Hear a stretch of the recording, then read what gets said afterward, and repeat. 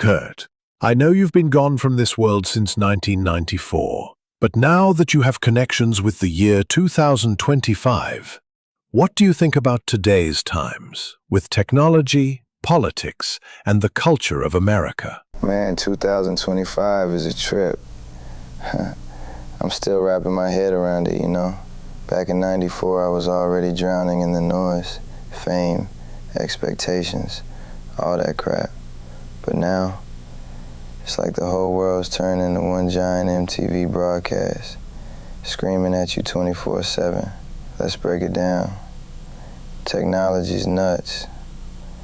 Everyone's got these smartphones, like little black holes sucking up your soul. I mean, I used to hate doing interviews, having every word twisted.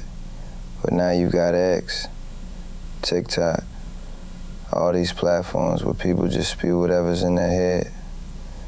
I'd probably be canceled in a day for something I said offhand.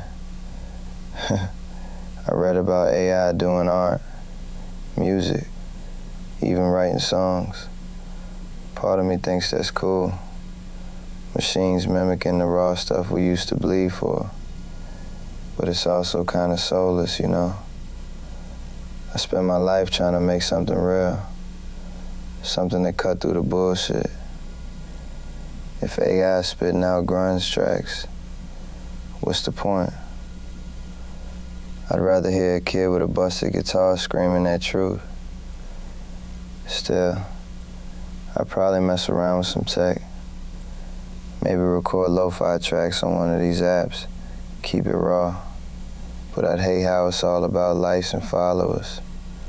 Same fame trap I ran from. Politics. Jesus, it's a mess. I've been reading about this Trump guy, back in charge again.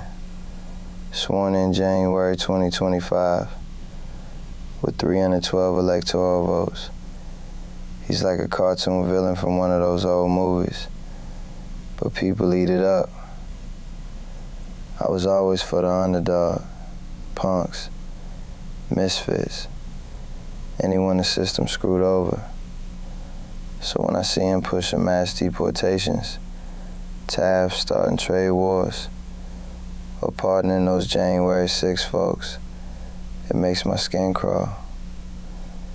I read about 509 Palestinians killed at aid sites in Gaza.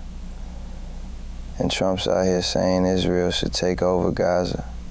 Back in my day, I'd rail against the machine, the suits who didn't care about people. This feels like that, but louder, meaner. I'd probably write a song about it. Something angry and sad like, "Where did you sleep last night?" To make people feel the weight. I just hope there's still room for voices calling out the hypocrisy, like we tried to do with Nirvana. American culture, though, it's like a split screen. On one side, you got this glossy, filtered world, Instagram models, influencers, all that. It's the 80s hair metal excess, but digital. I hated that fake shit back then, and it's worse now. Everyone's performing, branding themselves. I'll be out here in my thrift store sweater, looking like a bum, just to piss that off. But then there's the other side. Kids still fighting for something real. I read about protests for Palestine, climate strikes, people pushing back. That's where I'd be, with the weirdos and dreamers. Maybe playing a benefit show for some cause. Music's still alive. Bands like Wet Leg or Fontaine's DC have that raw energy I dig. But the charts are full of pop and algorithms. I'd probably stay underground, play small venues, keep it honest. What gets me is how divided it all feels. Back in the 90s, we were pissed at the system. But now it's like everyone's pissed at each other. Red states, blue states, culture wars. It's exhausting. I was always about tearing down walls, not building them.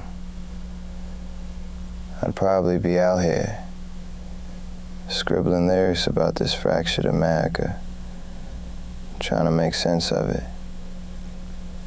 So what do you think? How's it feel living in this 2025 circus?